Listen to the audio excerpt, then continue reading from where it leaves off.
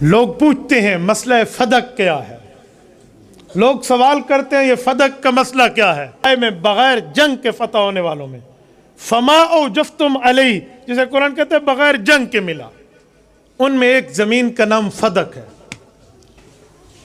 جب میں لوگوں سے باتیں سنتا تھا کہ نعوذ باللہ صدیق فتح غصب کر گیا، تو میں سمجھتا تھا 11 لاکھ مربع میل کا حکمران ابو بکر صدیق نے کوئی سینکڑوں ایکڑ اراضی کھا لی ہوگی۔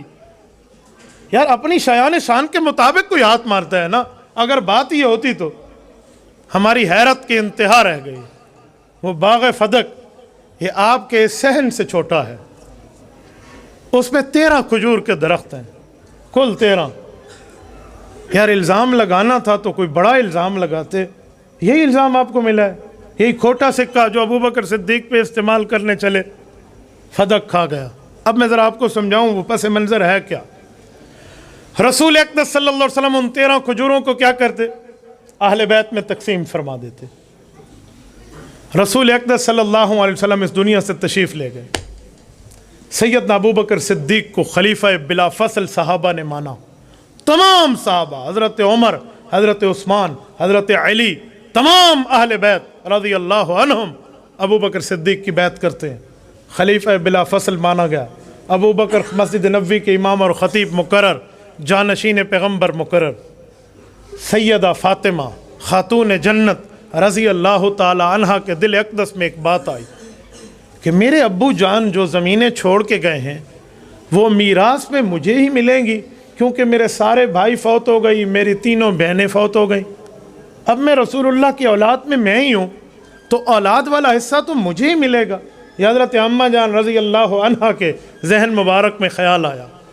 سیدنا ابو بکر صدیق تک یہ بات لکھ کے بھجوائی گئی، ارسلت الیہ، حضرت عائشہ کی روایت ہے، یہ بھجوائی گئی۔ سیدنا ابو بکر صدیق نے بات سنی، اسی اثناء میں ایک بات اور بھی چلی، ازواج مطہرات بیویوں اور رسول اللہ کی بیویوں کے دل میں خیال آیا، اولاد ہو خامن سے اور میراث بنے تو بیوی کو 8واں حصہ، اولاد نہ ہو تو 4تھا حصہ ملتا ہے، ہمیں بھی اپنا حصہ وصول کرنا چاہیے۔ انہوں نے حضرت عثمان کو بڑا بنایا، ابو داؤد میں رضی اللہ عنہ، آپ جائیں اور ابو بکر صدیق سے ہمارے لیے بھی میراث کا مطالبہ کیجئے۔ یہ میراثوں کے مطالبے ابو بکر تک پہنچے ہیں۔ سیدنا ابو بکر صدیق نے جو جواب دیا ہے وہ سب کو دیا ہے، آپ وہ جواب کسی کتاب سے اٹھا لیں، آپ کی مرضی۔ احتجاج طبرسی میں امام احمد طبرسی لکھتے ہیں، حق الیقین میں ملا باقر مجلسی لکھتے ہیں، اور ہماری کتب میں الطبقات القبریٰ امام ابن سعد لکھتے ہیں طبقات قبریٰ میں، المتوفہ 230 ہجری، جو امام بخاری سے بھی 26 سال پہلے دنیا سے رخصت ہوئے ہیں، وہ لکھتے ہیں۔ اسی طرح سنن کبریٰ بہقی میں امام ابو الحسین بہقی لکھتے ہیں، یہ تمام دونوں اطراف سے متفق علیہ کتابیں ہیں، یہ سب لکھتی ہیں۔ ابو بکر صدیق فرمانے لگے، لخت جگر پیغمبر، بیٹی فاطمہ خاتون جنت، اگر جائیداد چاہیے ابو بکر کی ساری جائیداد آپ کے قدموں پہ نثار ہے۔ نہیں ابو بکر مجھے جائیداد نہیں چاہیے، میں تو اپنے والد کا حصہ بطور برکت لینا چاہتی ہوں۔ بیٹی فاطمہ جس پیغمبر کی میراث کی بات آپ کر رہی ہیں، یقیناً آپ کے شاید علم میں نہ ہو کہ آپ ہی کے والد محترم نے فیصلہ فرمایا تھا۔ یہ فیصلہ کیا تھا؟ نحن معاشر الانبیاء لا نورث ولا نورث ما ترکناہ صدقہ۔ لوگوں، انبیاء اور امت کا معاملہ جدا ہے۔ جب امتی فوت ہو تو قرآن کہتا ہے یوصیکم اللہ فی اولادکم للذکر مثل حظ الانثیین، میراث بن کے ورثاء کے پاس چلا جائے گی، لیکن جب نبی فوت ہوتا ہے ما ترکناہ صدقہ، میراث جائیداد نہیں بنتی، وہ تمام زمین امت پر صدقہ ہو جاتی ہے۔ ابو بکر صدیق فرماتے ہیں، بیٹی لخت جگر فاطمہ الزہرا، یاد رکھنا یہ آپ کے ابو کا فرمان اور فیصلہ ہے. یہ فیصلہ آپ اپنے خاوند علی المرتضیٰ سے پوچھئے. رسول اللہ کے چچا سیدنا عباس بن عبد المطلب رضی اللہ عنہ سے پوچھئے.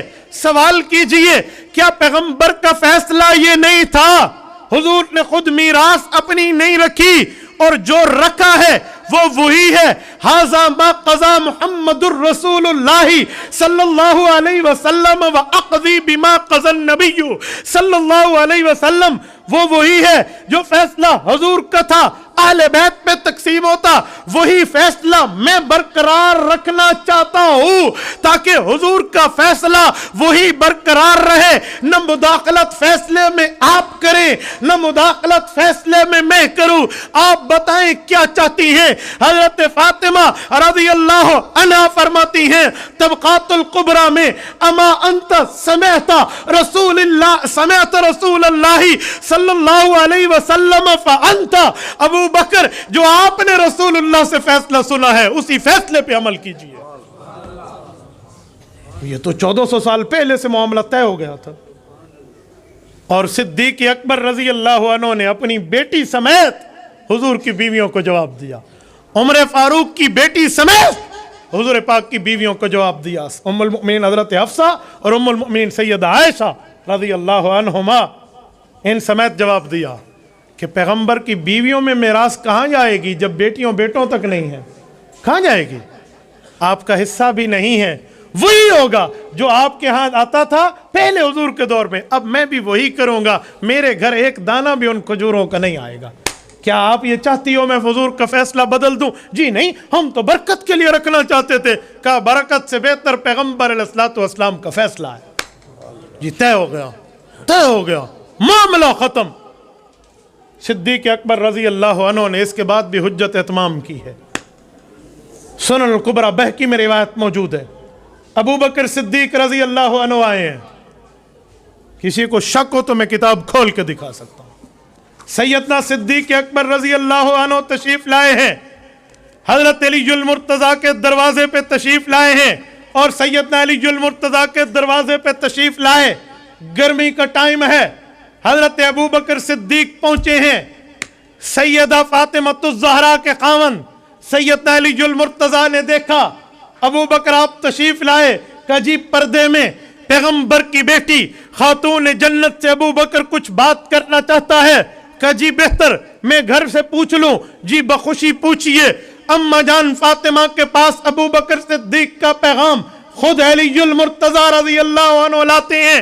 حضرت اما جان فرماتی ہیں انت تحبہ فاذنت, جو آپ پسند فرمائیں تو میں بھی پسند کر کے اجازت دے رہی. فرمایا جی جی میں بھی یہی چاہتا ہوں, اسے اندر آنے دیا جائے. حضرت اما جان فاطمہ کے پاس ابو بکر صدیق آتے ہیں. میرے دوستو طبقات الکبریٰ یہ البدایہ والنہایہ اٹھائیے جلد نمبر 6 میں حضرت فاطمہ الزہرا رضی اللہ تعالی عنہا کے پاس ابو بکر صدیق رضی اللہ عنہ تشریف لائے ہیں. اور تشریف لا کر ابو بکر صدیق نے ایک جملہ کہا ہے. یہ جملہ کہہ کے ابو بکر صدیق ایک بات عرض کرتے ہیں. ڈی خان کے دوستو وہ میں بات آپ کی خدمت میں رکھتا ہوں تاکہ آپ صدیق اکبر کی قربانی کا اندازہ لگائیں, صدیق اکبر کی لجاجت کا اندازہ لگائیں.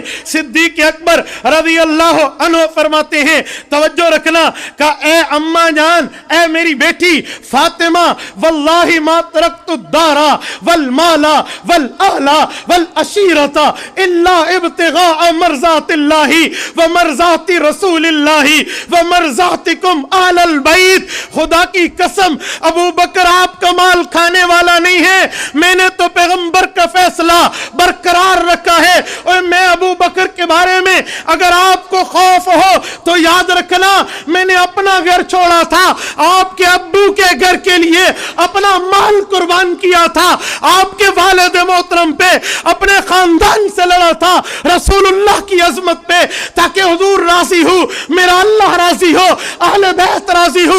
اللہ کی قسم میں کھانے کے لیے نہیں کہہ رہا تھا، میں نے تو حکم پیغمبری سنایا۔